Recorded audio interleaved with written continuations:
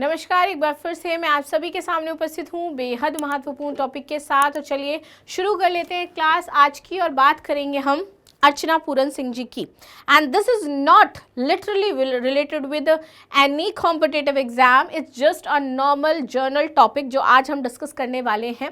अभी इम्पोर्टेंट क्यों हो जाता है? क्योंकि ये एक डिसीज़ है, एक बीमारी है जिसके बारे में बहुत कम लोगों को पता है और सभी को इसके बारे में जानना चाहिए। It's called a death disease.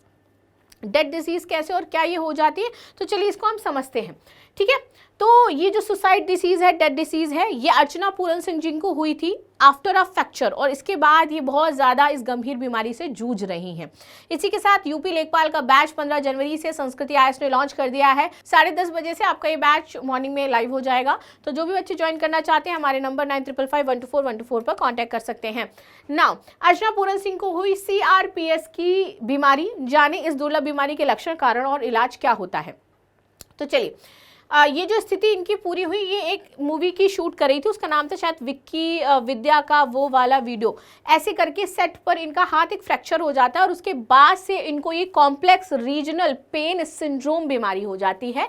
ये इसका फुल फॉर्म है इस बीमारी का। ठीक है, क्या बोलते हैं इसको? कॉम्प्लेक्स रीजनल पेन बीमारी। ठीक है, ये बीमारी सुसाइड डिसीज के नाम से भी जानी जाती है क्योंकि इसका दर्द इतना ज़्यादा होता है, इतना इंटेंस पेन होता है कि इंसान मतलब इसको अनबेरेबल पेन, और ये पेन कहीं भी कभी भी किसी भी समय अचानक से शुरू हो सकता है। Yes, and that's why it is called the suicide disease, right.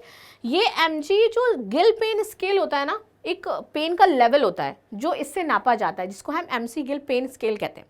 इस स्केल से ज़्यादा होता है, यानी कि इंटेंस और ऐसा पेन जो असहनीय है, राइट।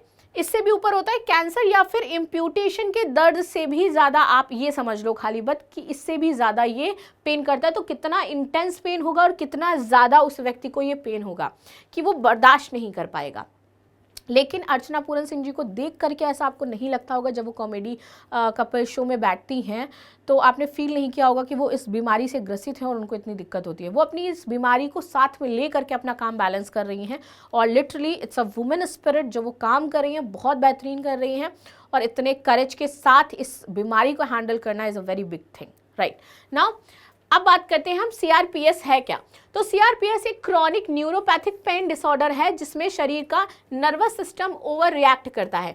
छोटी सी चोट जैसे कि फ्रैक्चर, सर्जरी के बाद भी दर्द जो है वो बहुत तेज और लंबे समय तक रहता है। ये ज़्यादातर हाथ या पैर को हमारे प्रभावित करेगा। तो ये पेन स्पेशली जब शुरू होता है तो या तो पैर में हमारे शुरू होगा, नी एंकल यहाँ पे, या तो हमारे हाथ से शुरू होगा, तो इतना इंटेंस होगा। ये 2 प्रकार का होता है। टाइप 1 में 90 to 95% केस इसी में रहते हैं, जिसमें बिना किसी बड़े नर्व डैमेज के यहाँ पर फ्रैक्चर के बाद ये दर्द शुरू हो जाएगा।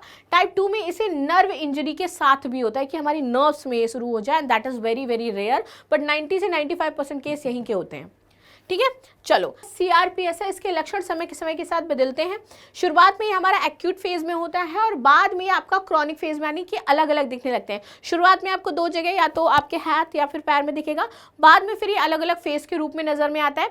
इस दर्द में अचानक से तेज जलन वाला बर्निंग पेन आपको फील होगा। इसमें लगातार या अचानक शुरू होता रहेगा। हल्का स्पर्श भी इसमें असहनीय हो जाता है, मतलब कोई टच भी करें तो ऐसा लगेगा ओ माय गॉड, मतलब एकदम मौत जैसा। इसीलिए इसको सुसाइड बोलते हैं, सुसाइड इसको डिसीज बोलते हैं इसीलिए, राइट। क्योंकि लोग बर्दाश्त नहीं कर पाते, कपड़े छूने से भी दर्द होता है। अब आप समझ सकते हो कि ये पेन कितना, यानी कि अगर ये कपड़ा मेरे हाथ में लग रहा है तो मुझे इस कपड़े से भी पेन हो रहा है, बिकॉज नर्व्स, इसलिए दर्द होता है, इस लेवल का दर्द होता है, राइट। सूजन या फिर जोड़ का करना, त्वचा में बदलाव जैसे कि लाल, नीला, सफ़ेद, चमकदार या फिर पतली हो जाना, तापमान में बदलाव, अंग बहुत गर्म या बहुत ठंडा हो जाएगा, पसीना ज़्यादा आएगा या कम आएगा, कभी बाल या नाखून में तेज बढ़ना या फिर पतले होना शुरू हो जाएंगे, मूवमेंट में दिक्कत होगी, मांसपेशियां आपकी कमज़ोर होने लगेगी, और क्रॉनिक स्टेज में अंग आपका सिकुड़ेगा और हड्डियाँ कमज़ोर होंगी। ये होती है हमारी क्रॉनिक स्टेज। चलो, सटीक कारण पूरी तरीके से पता नहीं है, लेकिन कुछ मुख्य कारण हैं जो इसको और ज़्यादा ट्रिगर कर सकते हैं आपकी बीमारी को, विच इज़ चोट या फ्रैक्चर, जो कि अर्चना जी के केस में ये हुआ। सर्जरी, स्ट्रोक, हार्ट अटैक से ऐसा हो सकता है। नर्व सिस्टम में शॉर्ट सर्किट यानी कि इम्यून सिस्टम और ब्रेन का गलत सिग्नल कभी कभी बिना किसी वजह के भी हो जाता है, और महिलाओं में ये ज़्यादा आम देखने को मिलता है, यानी कि ये 3 महिलाओं में होगा तब जाकर के ये एक पुरुष में देखने को मिलेगी बीमारी ना। इलाज क्या है इसका? तो इसका कोई 100% इलाज नहीं है। That is another very problematic thing in this disease कि इसका कोई इलाज नहीं है, लाइलाज बीमारी है, बट क्योर किया जा सकता है थोड़ा बहुत। हम 100% ये नहीं कहते कि ठीक हो जाएगा, तो उसके लिए कुछ करना होता है। 80 से 90% लोग काफ़ी बेहतर हो जाते हैं अगर क्रॉनिक स्टेज तक नहीं पहुँचे तो, लेकिन अगर एक बार क्रॉनिक स्टेज में पहुँच गए तो फिर रिवाइव करना बहुत मुश्किल होता है। दवाइयाँ हैं, पेन किलर लोग लेते हैं, एंटी डिस्प्लेसमेंट, एंटी कन्वलेसेंस और स्टेरॉइड्स और बिस्फोफोनेट्स यहाँ पर यूज़ करते हैं।